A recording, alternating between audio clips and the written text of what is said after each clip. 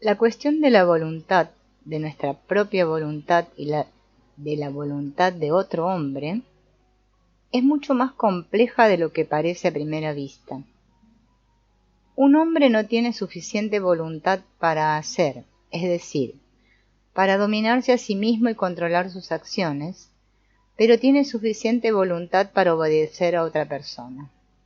Y sólo de esta manera puede escapar a la ley de accidente. No hay otro camino. Ya he hablado del destino y del accidente en la vida del hombre. Examinemos ahora en detalle el sentido de estas palabras. El destino mismo existe, pero no para todo el mundo. La mayoría de la gente está separada de su destino y vive solamente bajo la ley del accidente. El destino es el resultado de las influencias planetarias que corresponden a un tipo de hombre dado. Mientras tanto, tenemos que comprender esto. El hombre puede tener el destino que corresponde a su tipo, pero prácticamente no lo tiene nunca. Y esto es porque el destino concierne a una sola parte del hombre, su esencia.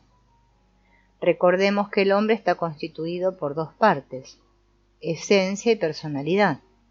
La esencia en el hombre es lo que le pertenece. La personalidad en el hombre es lo que no le pertenece. Lo que no le pertenece significa lo que le ha venido de afuera, lo que él ha aprendido o lo que él refleja. Todas las huellas de impresiones exteriores grabadas en la memoria y en las sensaciones. Todas las palabras y todos los movimientos que le han sido enseñados. Todos los sentimientos creados por imitación. Todo esto es lo que no le pertenece. Todo esto es la personalidad. Desde el punto de vista de la psicología ordinaria, la división del hombre en personalidad y esencia es difícilmente comprensible. Sería más exacto decir que la psicología lo ignora todo acerca de esta división.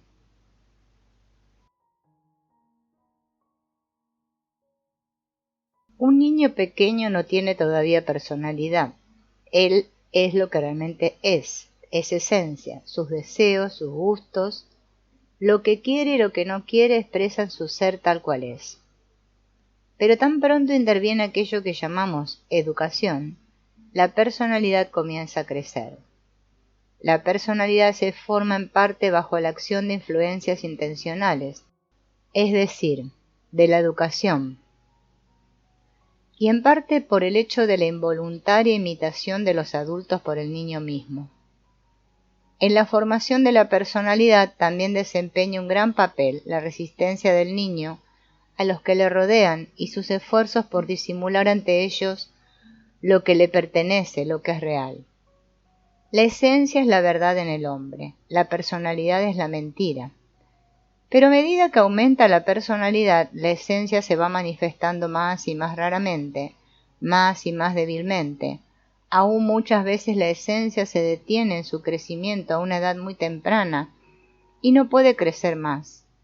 Muy a menudo ocurre que el desarrollo de la esencia de un adulto, aún de un hombre muy intelectual o en el sentido corriente de la palabra muy culto, se ha detenido al nivel de desarrollo de un niño de 5 a 6 años.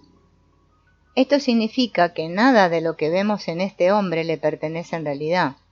Lo que le pertenece, lo que le es propio, es decir, su esencia, se manifiesta habitualmente solo en sus instintos y en sus emociones más simples. Sin embargo, en ciertos casos la esencia puede crecer paralelamente a la personalidad. Tales casos representan muy raras excepciones, especialmente en las condiciones de vida de los hombres cultos. La esencia tiene más oportunidades para desarrollarse en los hombres que viven en estrecho contacto con la naturaleza, en condiciones difíciles en las cuales es necesario constantemente combatir y superar peligros. Más como regla general, la personalidad de tales hombres está muy poco desarrollada, tienen más de lo que realmente les pertenece, pero están casi desprovistos de lo que no les pertenece. En otros términos, les falta educación e instrucción, les falta cultura. La cultura crea la personalidad, al mismo tiempo es también producto y resultado de esta última. No nos damos cuenta de que toda nuestra vida, todo lo que llamamos civilización, ciencia, filosofía, arte, política, son creaciones de la personalidad, es decir, de todo lo que en el hombre no le pertenece. En el hombre, el elemento que no le pertenece difiere mucho de lo que le es propio, por el hecho de que puede ser perdido, alterado o quitado por medios artificiales. Es posible obtener una confirmación experimental de esta relación de la personalidad a la esencia. En las escuelas del Oriente se conocen medios y métodos mediante los cuales se pueden separar la esencia y la personalidad de un hombre. Con este fin se sirven a veces del hipnotismo o de narcóticos especiales, otras veces de ciertas clases de ejercicios. Si por uno u otro de estos medios se separan la personalidad y la esencia de un hombre por un cierto tiempo, se ven dos seres completamente formados, coexistentes de alguna manera en él, que hablan distintas lenguas, que tienen gustos, intereses y metas totalmente diferentes, y a menudo se descubre que uno de los dos se ha quedado en el nivel de un niño muy pequeño. Si el experimento se prolonga, es posible dormir uno de estos dos seres, o bien el experimento puede comenzar con esto, es decir, poniendo a dormir ya sea la personalidad, ya sea la esencia.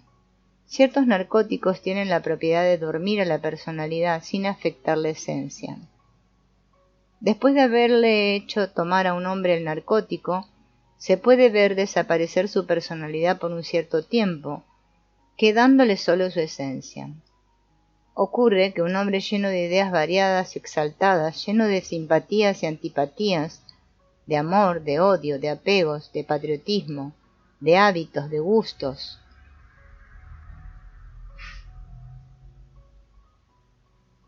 de deseos, de convicciones, de repente se revela completamente vacío, desprovisto de todos sus pensamientos, sentimientos, convicciones y de todo punto de vista personal sobre las cosas. Todo aquello que lo había agitado anteriormente ahora lo deja completamente indiferente. A veces puede así percibir el carácter artificial e imaginario de sus estados de ánimo habituales y de sus frases pomposas, y aún sucede que puede olvidarlas completamente como si esto no hubiera existido nunca. Tales cosas por las cuales estaba dispuesto a sacrificar su vida, ahora le parecen ridículas, o insensatas, o indignas de su atención. Todo lo que puede encontrar en sí mismo es un pequeño número de inclinaciones instintivas y de gustos. Le gustan los caramelos, el calor, no le gusta el frío, no quiere trabajar más, o por el contrario le gusta hacer ejercicio. Eso es todo. En ciertos casos muy raros y a veces cuando menos se espera, la esencia se revela plenamente adulta, plenamente desarrollada, aun cuando la personalidad no lo esté, y en tales circunstancias la esencia engloba todo lo que es firme y real en un hombre. Pero esto sucede muy rara vez. Por regla general, la esencia del hombre o es primitiva o salvaje, o infantil, o simplemente estúpida. El desarrollo de la esencia es fruto del trabajo sobre sí. Un momento muy importante en el trabajo sobre sí es aquel en que un hombre comienza a distinguir entre su personalidad y su esencia. El verdadero yo de un hombre, su individualidad, no puede crecer sino a partir de su esencia. Se puede decir que la individualidad de un hombre es su esencia ya adulta, madura.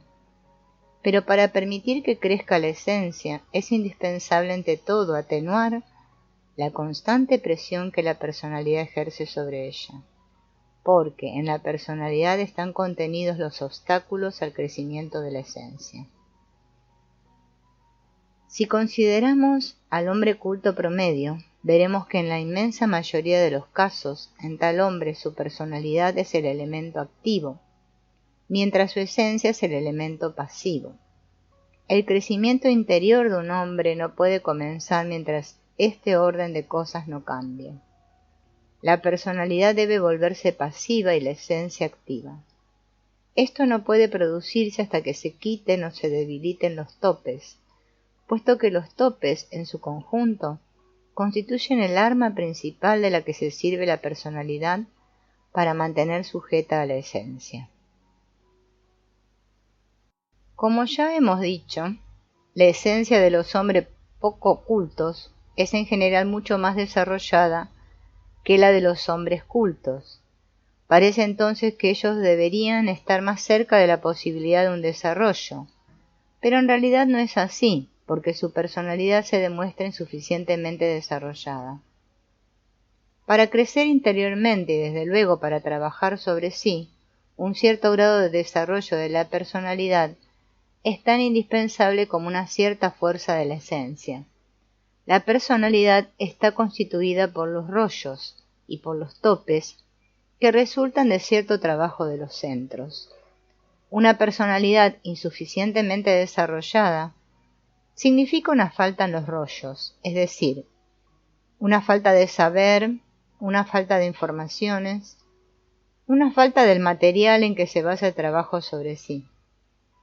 Sin cierta suma de conocimientos, sin cierta cantidad de los elementos que no le pertenecen, un hombre no puede comenzar el trabajo sobre sí, no puede aún comenzar a estudiarse y a combatir sus hábitos mecánicos, simplemente porque para él no hay razón o motivo de emprender tal trabajo. Esto no quiere decir que todos los caminos le están cerrados. El camino del fakir y el camino del monje, que no exigen ningún desarrollo intelectual, le quedan abiertos. Pero los medios o los métodos que pueden ser utilizados por un hombre cuyo intelecto ha sido desarrollado le son inutilizables. De este modo, la evolución es tan difícil para un hombre sin cultura como para un hombre culto. Un hombre culto vive apartado de la naturaleza, lejos de las condiciones naturales de la existencia, dentro de condiciones artificiales de vida que desarrollan su personalidad a expensas de su esencia. Un hombre menos culto, que viva en condiciones más normales y naturales, desarrolla su esencia a expensas de su personalidad. Para que un trabajo sobre sí pueda ser emprendido con éxito, se necesita la conjunción feliz de una personalidad y de una esencia igualmente desarrolladas. Tal conjunción dará las más grandes oportunidades de éxito. Cuando la esencia está muy poco desarrollada, es indispensable un largo período de trabajo preparatorio. Pero todo este trabajo quedará completamente estéril si la esencia está interiormente podrida o si se han contraído algunos defectos irremediables. Casos de este tipo se encuentran muy a menudo. Un desarrollo anormal de la personalidad detiene frecuentemente el desarrollo de la esencia en un nivel tan bajo que aquella deviene una pobre y pequeña cosa informe. De una pobre y pequeña cosa informe nada se puede esperar. Además, sucede a menudo que la esencia de un hombre muere mientras que su personalidad y su cuerpo permanecen vivos. Casi todas las personas que vemos en las calles de una gran ciudad son así, interiormente vacías, en realidad, están muertas ya. Es una suerte para nosotros que no lo veamos y que no sepamos nada de ello. Si supiésemos cuántos hombres están ya muertos y cuán numerosos son los cadáveres que gobiernan nuestras vidas, el espectáculo de este horror nos haría perder la razón. De hecho, muchos hombres se han vuelto locos porque han entrevisto esta realidad sin una preparación suficiente. Han visto lo que no estaban facultados para ver. Para estar en condiciones de afrontar esta visión impunemente, hay que estar en el camino. Si un hombre que no puede hacer nada viera la verdad, seguramente se volvería loco. Pero esto sucede rara vez. En el curso ordinario de las cosas, todo está ordenado en forma tal que nadie pueda ver nada prematuramente. La personalidad no ve sino lo que quiere ver, y lo que no es contrario a su experiencia. No ve jamás lo que no le gusta, lo cual es a la vez una ventaja y una desventaja. Es una ventaja para el hombre que quiere dormir, y es un obstáculo para el que quiere despertar. Si la esencia está sometida a la influencia del destino, preguntó alguien, ¿significa esto que comparado al accidente, el destino es siempre favorable al hombre? Yo quisiera saber si un hombre puede ser conducido al trabajo por su destino. No, respondió Gurdjieff, no se trata en absoluto de esto. El destino es preferible al accidente solo en el sentido de que es posible tomarlo en consideración. El destino puede ser conocido de antemano y entonces es posible prepararnos para lo que nos espera. Por el contrario, en lo que se refiere al accidente no se puede saber nada. Pero el destino puede ser no menos desagradable o no menos difícil. En este caso, a pesar de todo, hay medios que permiten al hombre liberarse de su destino. El primer paso en esta dirección consiste en sustraerse a las leyes generales. El accidente general o colectivo se produce exactamente como el accidente individual. Y así como hay un destino individual, hay también un destino general o colectivo. El accidente colectivo y el destino colectivo están gobernados por las leyes generales. Un hombre deseoso de crearse una individualidad propia debe entonces liberarse de las leyes generales. Las leyes generales no son todas ellas obligatorias para el hombre, él puede liberarse de un gran número de estas. Si llega a liberarse de topes y de la imaginación. Todo esto se conecta a este problema fundamental. ¿Cómo liberarse de la personalidad? La personalidad encuentra su alimento en la imaginación y la mentira. Cuando la mentira en la cual vive el hombre haya disminuido y la imaginación se haya debilitado, la personalidad misma no tardará en declinar y el hombre podrá pasar entonces a estar bajo el control, ya sea de su destino o de una línea de trabajo que a su vez está dirigida por la voluntad de otro hombre. De esta manera un hombre puede ser conducido hasta el punto en que una voluntad podría ser formada en él, una voluntad capaz de hacer frente a la vez al accidente y, si es necesario, al destino. Gurdjieff volvió a dibujar el diagrama del universo, pero esta vez en forma enteramente nueva, y dijo: hasta ahora hemos hablado de las fuerzas que crean los mundos, del proceso de creación tal como éste se desarrolla a partir del absoluto. Hablaremos ahora de los procesos que se efectúan en el mundo ya creado y existente. No lo olviden, el proceso de creación nunca se detiene. Sin embargo, en la escala planetaria, se desarrolla tan lentamente que si lo medimos según nuestro cálculo del tiempo, podemos considerar las condiciones planetarias como si fueran permanentes para nosotros. Consideremos entonces el rayo de creación una vez creado el universo. La acción del absoluto sobre el mundo, sobre los mundos creados por él o dentro de él, continúa. Asimismo continúa la acción de cada uno de estos mundos sobre los mundos siguientes. Todos los soles de la Vía Láctea influyen sobre nuestro Sol. El Sol influye sobre los planetas. Todos los planetas influyen sobre nuestra Tierra y la Tierra sobre la Luna. Estas influencias son transmitidas por medio de radiaciones a través de los espacios estelares e interplanetarios. Tenemos que encontrar nuestro lugar y comprender nuestra función en este universo, tomado bajo la forma de 3 octavas de radiaciones entre 4 puntos. En la primera octava, el absoluto incluye 2 notas, do y si, separadas por un intervalo. Siguen las notas la, sol, fa, es decir, luego un intervalo y el choque que los llena, desconocido para nosotros, pero cuya existencia, sin embargo, es inevitable. Luego mi, re. Las radiaciones alcanzan al Sol. En el Sol mismo están incluidas 2 notas, do, un intervalo y si. Luego siguen la, sol, fa, yendo las radiaciones hacia la Tierra.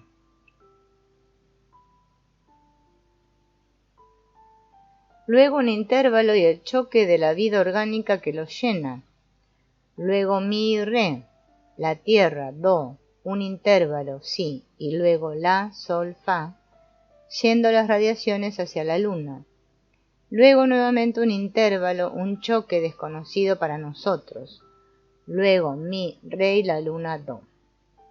Estas 3 octavas de radiaciones forma bajo la cual nos representaremos ahora al universo, nos permitirán explicar la relación que tienen con nuestra propia vida las materias y las fuerzas de distintos planos del mundo. Tengamos en cuenta que aunque hay 6 intervalos en estas 3 octavas, de hecho solo 3 de ellos necesitan ser llenados desde afuera. El primer intervalo, do si, lo llena la voluntad del absoluto. El segundo intervalo, do si, lo llena la influencia de la masa del Sol sobre las radiaciones que la atraviesan. El tercer intervalo, do si, lo llena la acción de la masa terrestre sobre las radiaciones que la atraviesan. Solo los intervalos entre fa y mi tienen que ser llenados por choques adicionales. Estos choques adicionales pueden venir ya sea de otras octavas que atraviesan el punto dado o de octavas paralelas que salen de puntos superiores. Nada sabemos acerca de la naturaleza del choque entre mi y fa en la primera octava absoluto sol, pero en la octava sol tierra el choque entre mi y fa es la vida orgánica sobre la tierra. Es decir, las 3 notas la, sol, fa de la octava que comienza en el sol, la naturaleza del choque entre mi y fa en la octava tierra-luna también nos es desconocida. Hay que tomar en cuenta que el término un punto en el universo que he usado tiene un significado completamente preciso. Un punto representa una cierta combinación de hidrógenos que opera en un lugar preciso y cumple una función igualmente precisa en tal o cual sistema. El concepto punto no puede ser reemplazado por el concepto hidrógeno, porque el término hidrógeno significa simplemente materia no limitada en el espacio. Un punto siempre está limitado en el espacio. Al mismo tiempo, un punto del universo puede designarse por el número del hidrógeno que predomina en él o que ocupa su centro. Si examinamos ahora la primera de estas 3 octavas de radiaciones, es decir, la octava absoluto sol desde el punto de vista de la ley de 3, veremos que la nota do será la conductora de la fuerza activa designada por el número 1, mientras que la materia en la cual esta fuerza actúa será carbono. La fuerza activa que crea la nota do en el absoluto representa la máxima frecuencia de vibraciones o la más grande densidad de vibraciones. La expresión densidad de vibraciones corresponde a frecuencia de vibraciones y su sentido es opuesto al de densidad de materia. Es decir, que cuanto más densa es la materia, tanto menos densas son las vibraciones y viceversa. De manera general, cuanto más sube la densidad de vibraciones, tanto más baja la densidad de materia. La máxima densidad de vibraciones se encuentra en la materia más sutil, más enrarecida, y en la materia más densa concebible. Las vibraciones se retardan y llegan casi a un punto muerto.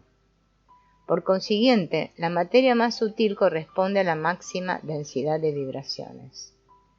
La fuerza activa en el absoluto representa la máxima densidad de vibraciones, mientras que la materia en la cual se efectúan estas vibraciones, es decir, el primer carbono, representa la mínima densidad de materia.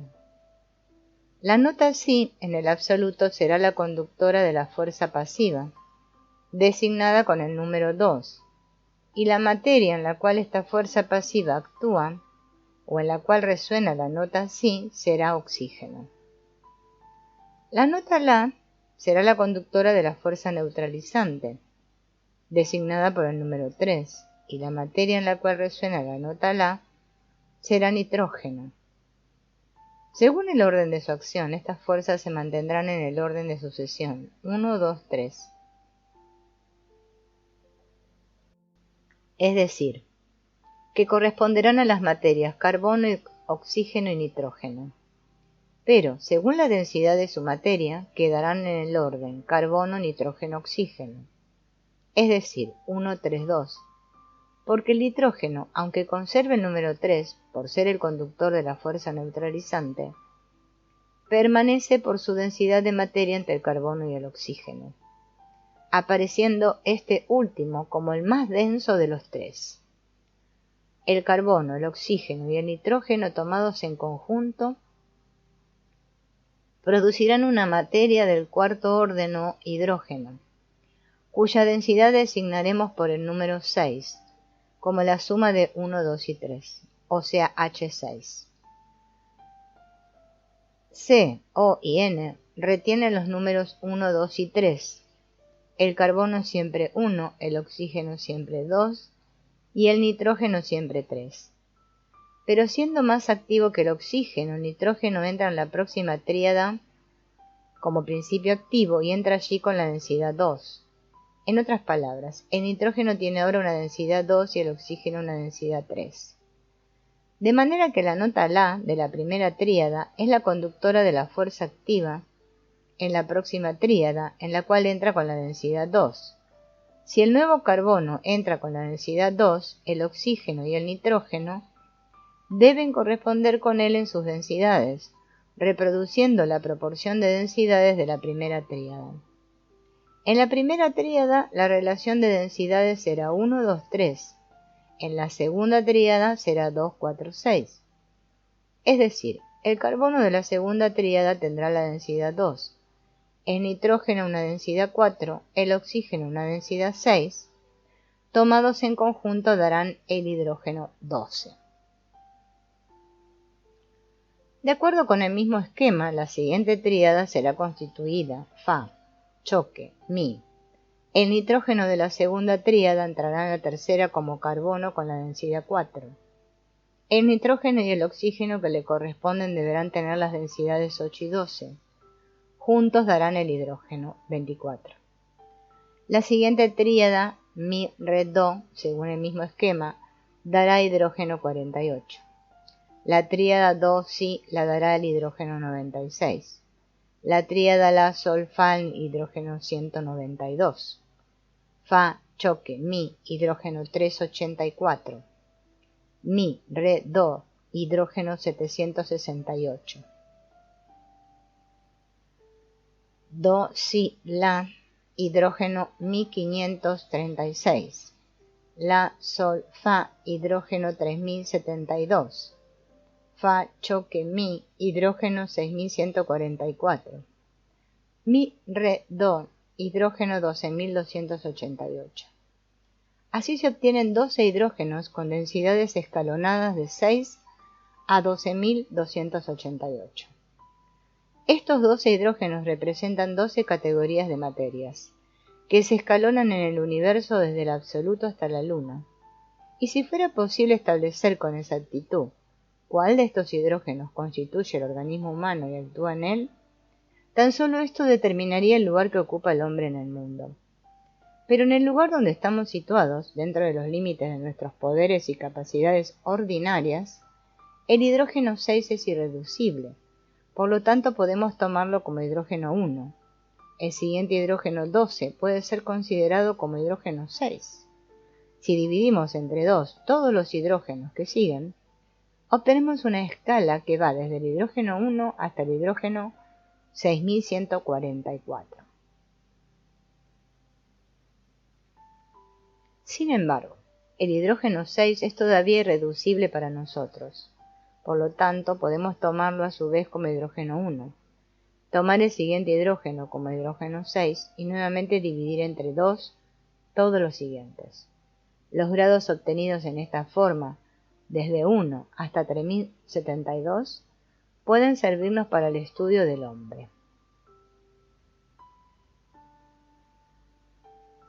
Todas las materias, desde el hidrógeno 6 hasta el hidrógeno 3072, se encuentran en el organismo humano, y allí todos desempeñan su papel. Cada uno de estos hidrógenos agrupa un gran número de sustancias químicas conocidas por nosotros, ligadas unas a otras por alguna función relativa a nuestro organismo. En otras palabras, no debe olvidarse que el término hidrógeno tiene un sentido muy amplio. Cada elemento simple es un hidrógeno de una cierta densidad. Además, cualquier combinación de elementos que posee una función determinada, ya sea en el universo o en el organismo humano, es también un hidrógeno. Tal definición de materias nos permite clasificarlas en el orden de su relación con la vida y con las funciones de nuestro organismo. Comencemos con hidrógeno 768. Se define como alimento. En otras palabras, hidrógeno 768 comprende todas las sustancias que pueden servir de alimento al hombre. Las sustancias que no pueden servirle de alimento, por ejemplo un trozo de madera, pertenecen a hidrógeno 1536, un trozo de hierro a hidrógeno 3072. Por otro lado, una materia fina, pero pobre en propiedades nutritivas, estará más cerca de hidrógeno 384. Hidrógeno 384 será definido como agua.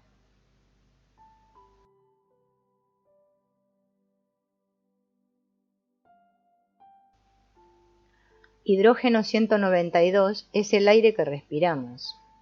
Hidrógeno 96 está representado por gases enrarecidos, que el hombre no puede respirar, pero que desempeñan un papel muy importante en su vida. Además, esta es la materia del magnetismo animal, de emanaciones del cuerpo humano, de rayos N, hormonas, vitaminas, etc. En otras palabras, con hidrógeno 96 termina lo que se llama materia, o más bien, lo que nuestra física y química consideran como materia. Hidrógeno 96 incluye también materias que son casi imperceptibles para nuestra química, o solo perceptibles para sus rastros o por sus efectos, materias cuya existencia es presumida por algunos teóricos y negada por otros. Los hidrógenos 48, 24, 12 y 6 son materias desconocidas para nuestros físicos y químicos contemporáneos. Estas son las materias de nuestra vida psíquica y espiritual en sus diferentes grados. Al estudiar la tabla de hidrógenos, se debe recordar siempre que cada hidrógeno comprende un inmenso número de sustancias diferentes, todas conectadas entre sí por una sola y misma función en nuestro organismo, y que representan un grupo cósmico definido. Hidrógeno 12 corresponde al hidrógeno de la química, peso atómico 1.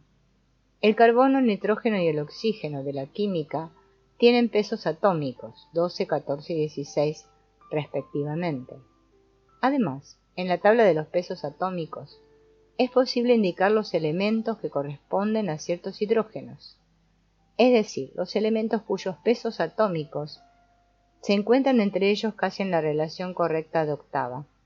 Así, hidrógeno 24 corresponde al flúor, F1, peso atómico 19. Hidrógeno 48 corresponde al cloro, peso atómico 35,5. Hidrógeno 96 corresponde al bromo, peso atómico 80. E hidrógeno 192 corresponde al yodo, peso atómico 127. Los pesos atómicos de estos elementos se encuentran casi en la relación de octava. En otras palabras, el peso atómico de cada uno de ellos es casi el doble del peso atómico del otro. La ligera inexactitud, es decir, el carácter incompleto de la relación de octava, proviene del hecho de que la química ordinaria no toma en consideración todas las propiedades de una sustancia, particularmente sus propiedades cósmicas. La química de la cual hablamos aquí estudia la materia sobre una base diferente de la química ordinaria, y no solamente toma en cuenta sus propiedades químicas y físicas, sino también sus propiedades psíquicas y cósmicas. Esta química o alquimia considera la materia, antes que nada, desde el punto de vista de sus funciones, las que determinan su sitio en el universo y su relación con las otras materias, y luego desde el punto de vista de su relación al hombre y a sus funciones del hombre. Se entiende por átomo de sustancia, la más pequeña cantidad de una sustancia dada que retiene todas sus propiedades químicas, cósmicas y psíquicas. En efecto, además de sus propiedades cósmicas, toda sustancia posee también propiedades psíquicas, es decir, un cierto grado de inteligencia. Por lo tanto, el concepto de átomo se puede aplicar no solo a los elementos, sino también a todas las materias compuestas que tienen funciones precisas en el universo o en la vida del hombre. Puede haber un átomo de agua, un átomo de aire, es decir, de aire atmosférico apropiado para la respiración del hombre, un átomo de pan, un átomo de carne y así sucesivamente. En este caso, un átomo de agua será un décimo de un milímetro cúbico de agua tomado a cierta temperatura por un termómetro especial. Esta será una pequeñísima gota de agua que bajo ciertas condiciones puede ser percibida a simple vista. Este átomo es la más pequeña cantidad de agua que retiene todas las propiedades del agua. Si se prosigue esta división, algunas de estas propiedades desaparecen. En otros términos, ya no tenemos agua, sino algo que se aproxima al estado gaseoso del agua, vapor, que químicamente no difiere en ninguna forma del agua en su estado líquido, pero posee funciones diferentes y por lo tanto propiedades cósmicas y psíquicas igualmente diferentes. La tabla de hidrógenos hace posible el estudio de todas las sustancias que componen el organismo humano desde el punto de vista de su relación con los distintos planos del universo. Además, como cada función del hombre es un resultado de la acción de sustancias definidas, y como cada sustancia está en relación con un plano definido del universo, este hecho nos permite establecer la relación que existe entre las funciones del hombre y los planos del universo. Debo decir ahora que las 3 octavas de radiación y la tabla de hidrógenos que se deriva de ellas fueron un tropiezo para nosotros durante mucho tiempo, en cuanto al principio más esencial de la transición de las tríadas y de la estructura de la materia. No lo comprendí sino más tarde, y hablaremos de ello más adelante. En mi reconstrucción de la exposición de Gurdjieff, trato en general de observar un orden cronológico, aunque esto no es siempre posible, ya que algunas cosas fueron repetidas muchas veces y en una u otra forma entraron en casi todo lo que decía. La tabla de hidrógenos me produjo una fuerte impresión. Frente a esta escalera levantada desde la tierra hasta el cielo, sentí algo muy análogo a las sensaciones del mundo que me llegaron hace varios años durante mis extraños experimentos que he descrito en Un nuevo modelo del universo, libro de Ouspensky, gracias a los cuales había sentido tan fuertemente la interdependencia, la integridad y la matematicalidad de todo lo que existe en el mundo. Esta exposición, con diferentes variantes, fue repetida muchas veces, ya sea asociada a una explicación del rayo de creación o asociada a una explicación de la ley de octava. Pero las primeras veces que la oí, estaba lejos de reconocerle todo su valor, a pesar de la singular sensación que cada vez me producía. Y sobre todo no comprendía entonces que estas ideas son mucho más difíciles de asimilar y tienen un contenido mucho más profundo de lo que parece cuando se oye exponerlas por primera vez.